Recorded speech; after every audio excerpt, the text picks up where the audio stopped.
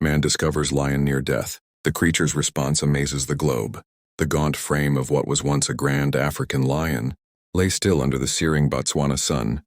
His breaths were so weak that veterinarian Dr. Kevin Richardson first thought the animal had already passed.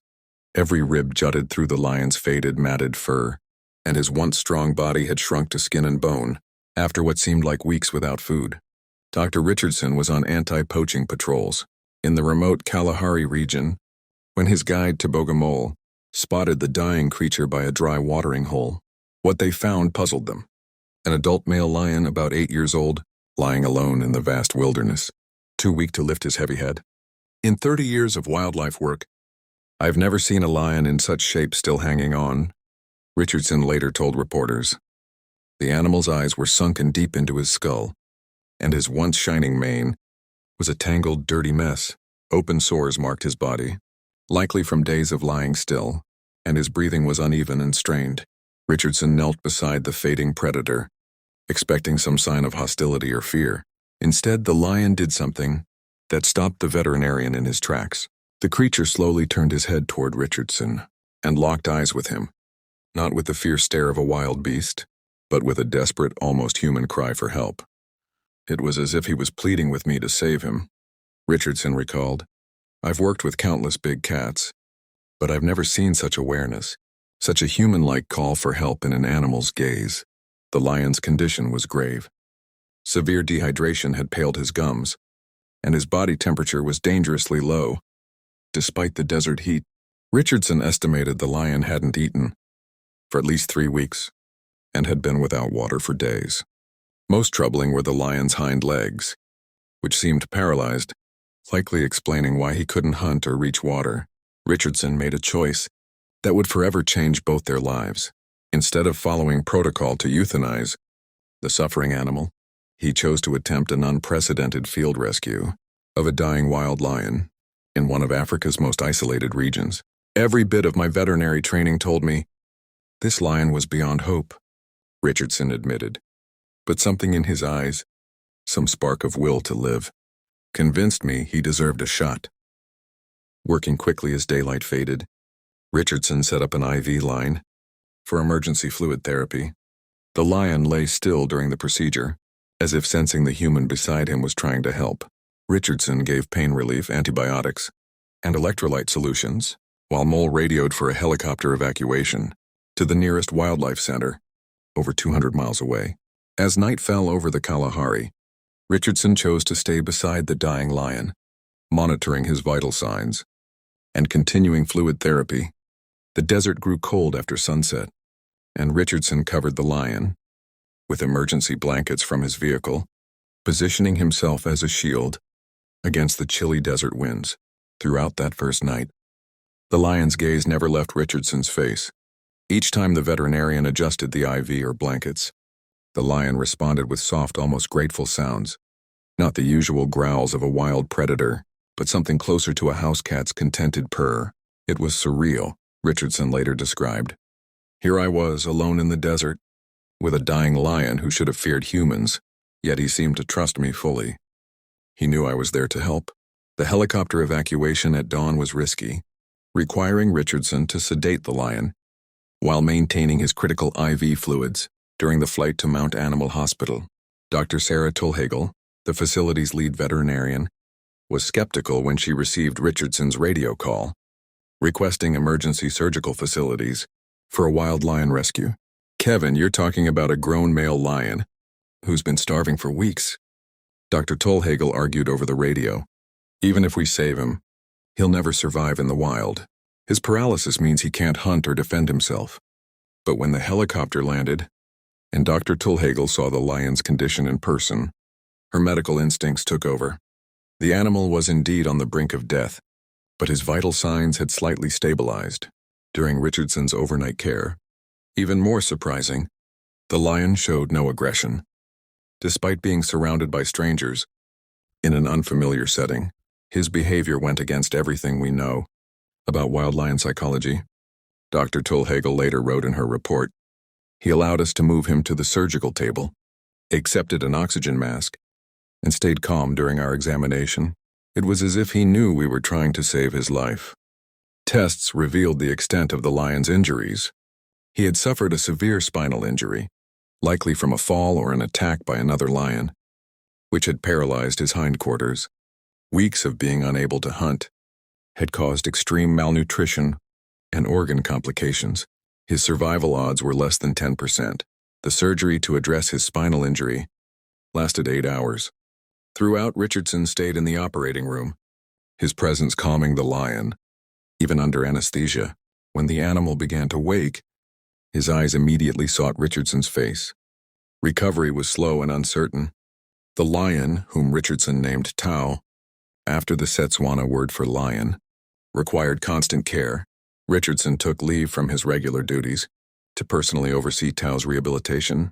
He set up a cot in the recovery room and spent 3 weeks sleeping beside the lion, tracking his progress and offering companionship. What happened during those weeks stunned the medical staff. Tao began showing behaviors never seen in wild lions. He grew visibly anxious when Richardson left the room, even briefly. When Richardson returned, Tao would make soft chuffing sounds and try to nuzzle his hand. Despite his weakened state, it was like watching a bond form between family members, Nurse Jennifer Mormey observed. Tao responded to Kevin's voice, calmed at his touch, and seemed comforted by his presence in ways that defied science. As Tao grew stronger, his personality emerged. Despite being a wild predator, he was remarkably gentle with Richardson and the staff. He learned to tolerate physical therapy for his paralyzed legs, seeming to understand that the exercises were aiding his recovery. The breakthrough came in the 4th week. During a routine check, Tao did something that left everyone speechless. The lion, unable to move his hind legs since his rescue, suddenly lifted his tail and twitched his back paws. The spinal injury was healing, and sensation was returning. Dr. Tulhagel called it medically inexplicable. The type of spinal damage Tao had suffered typically meant permanent paralysis. Yet through what she described as an extraordinary will to live, combined with Richardson's intensive care and emotional support, Tao was defying odds. Video of Tao's first attempts to stand went viral on social media, shared millions of times worldwide.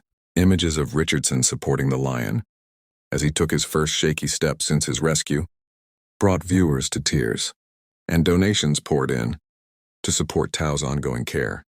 6 months after his rescue, Tao had made a recovery veterinary experts deemed impossible.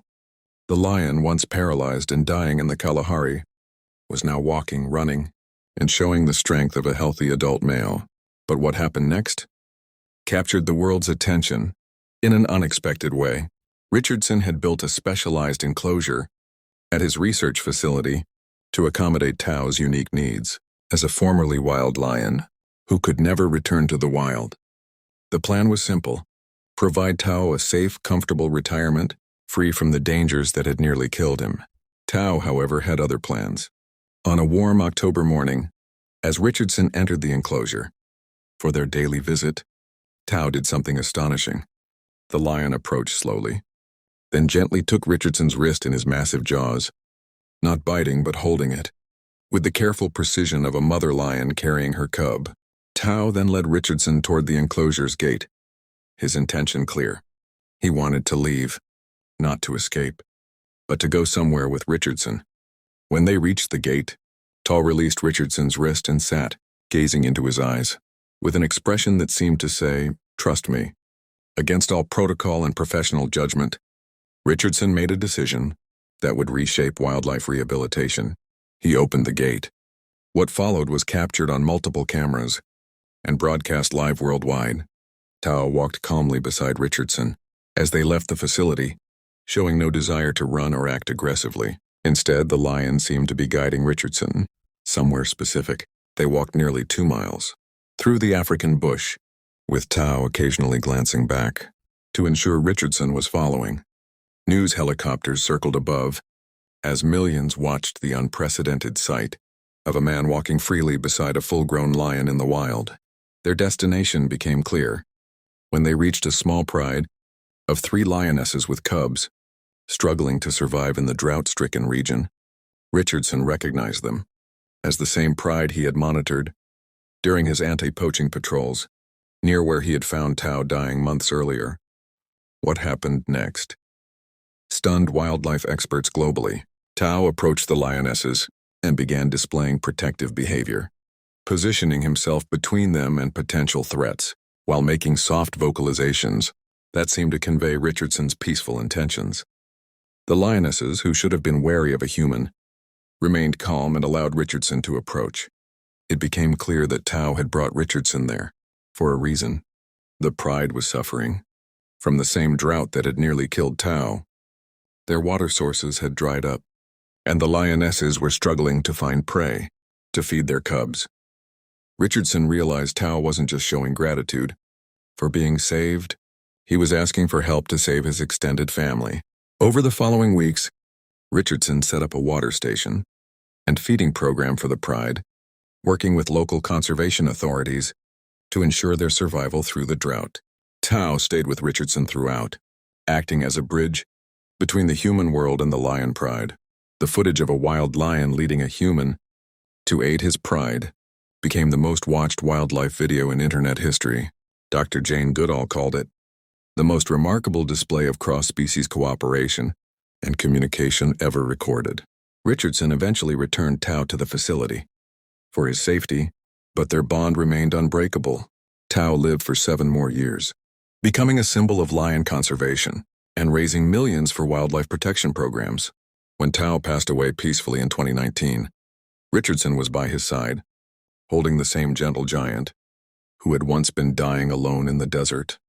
Tao's legacy endured through the conservation programs his story inspired and the profound lesson he taught the world about the emotional depth and capacity for gratitude in all living creatures. Tao showed me that the divide between human and animal consciousness is far narrower than we ever thought. Richardson said at Tao's memorial, "He didn't just survive, he used his second chance to help others." That's a lesson any of us would be proud to embrace.